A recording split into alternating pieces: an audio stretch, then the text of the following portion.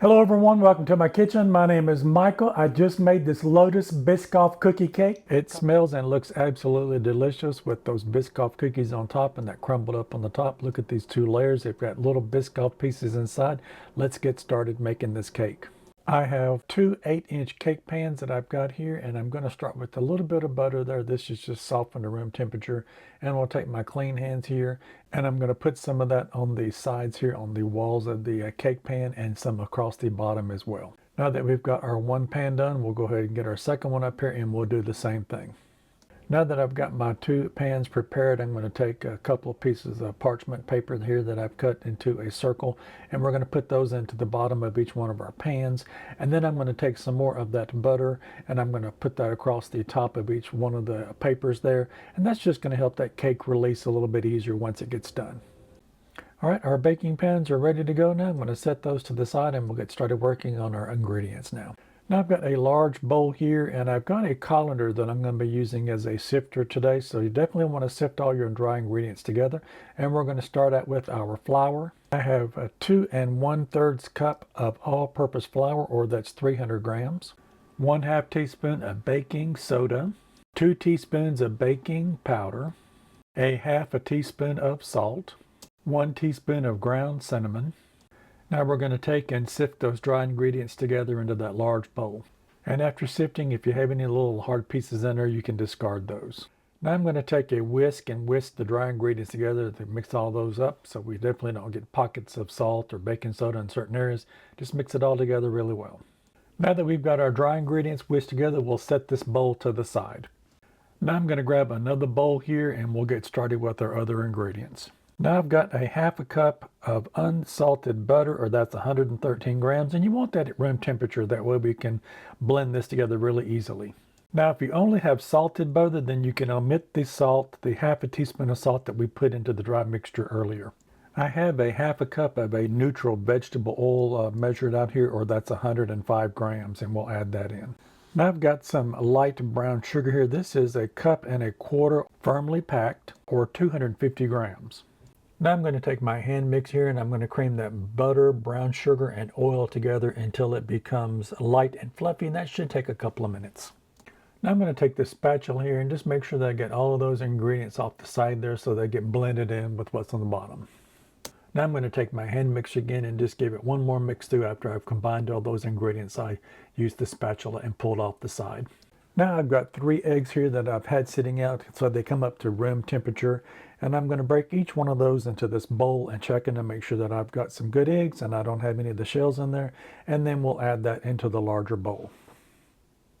Now that I've got the 1 egg in, I'm going to take my hand mixer here and I'm going to blend that together, and I'm going to do that with the other 2 as well. Add those individually until you get all 3 added to your mixture.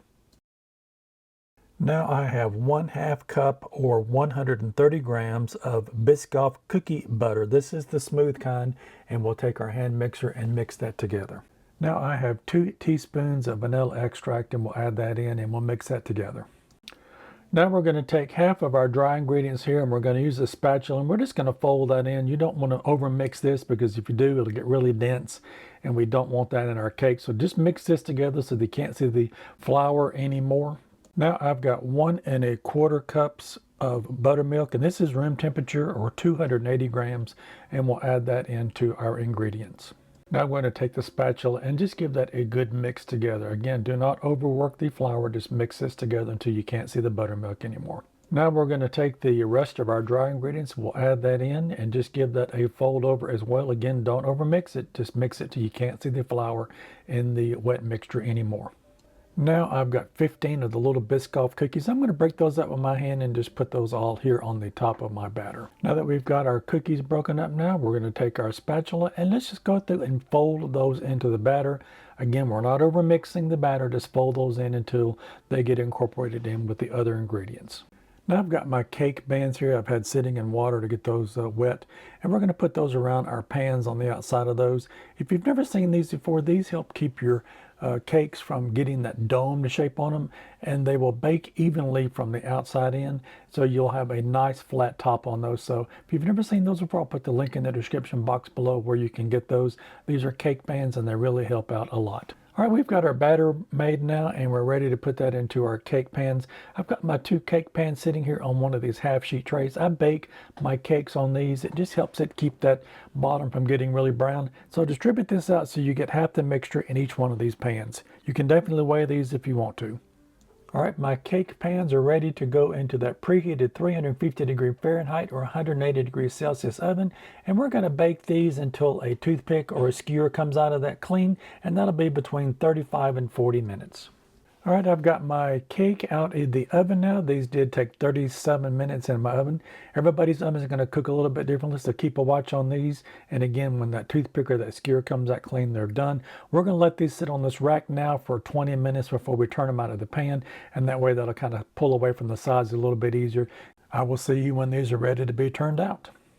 It has been 20 minutes and we're ready to take our cake now out of the pans. I'm going to put my hand here and turn these upside down, and this just falls right out of that pan thanks to that butter that we put in there and that parchment paper. So we're going to put these on this rack and we're going to let these sit here and cool down to room temperature, and I'll do the same thing to the second layer that I've got there. I'm going to gather up my ingredients now and then we'll start making our frosting. I've got my food processor out now. That's going to make this job a lot easier, and I've got 15 of my Biscoff cookies. I'm going to put those in there and we're going to blend those up really well until those come out really fine, because that's going to be going into our buttercream frosting. So definitely make sure when you blend these up that those turn out really fine, and I'll show you what that looks like here in just a second. We've got our cookies processed now, and you can see what this texture of these looks like. Just put these into another bowl and we'll be adding those in with the butter and other ingredients here in just a minute. Now in another bowl, I've got 3 sticks of unsalted butter. That's a cup and a half or 340 grams.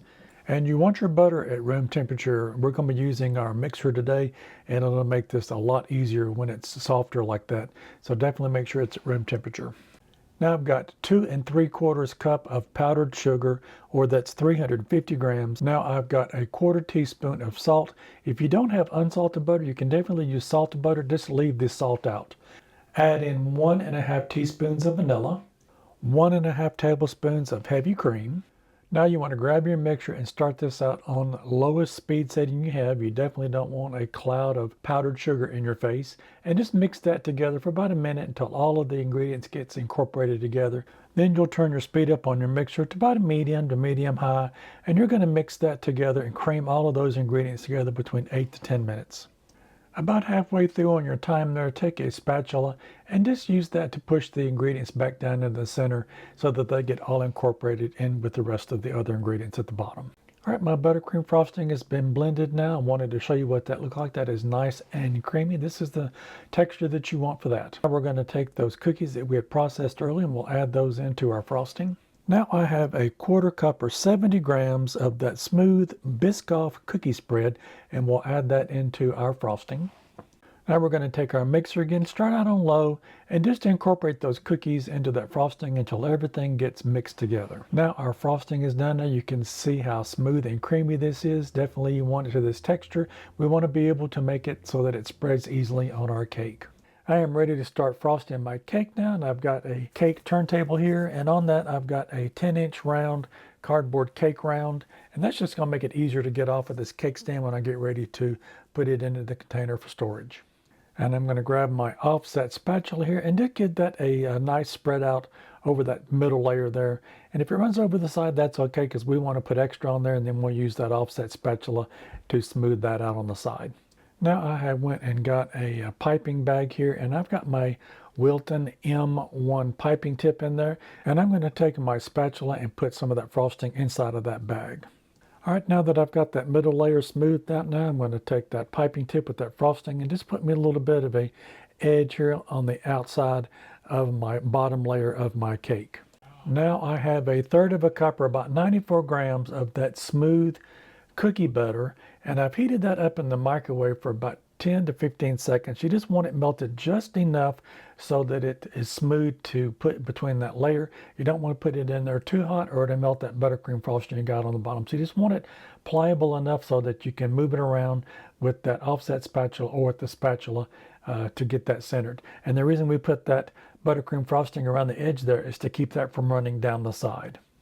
Now we're ready for that top layer, and we just want to center that across the bottom layer there on that cake stand. Now let's grab our frosting and that spatula and put a generous amount on the top so we can start frosting the top and the sides of our cake. Now we're going to take that piping bag, put a little bit more frosting in there, and I'm just going to make a little few florets here on the top of it. You can get creative as you like with those. Put as many shapes or designs as you would like on the top.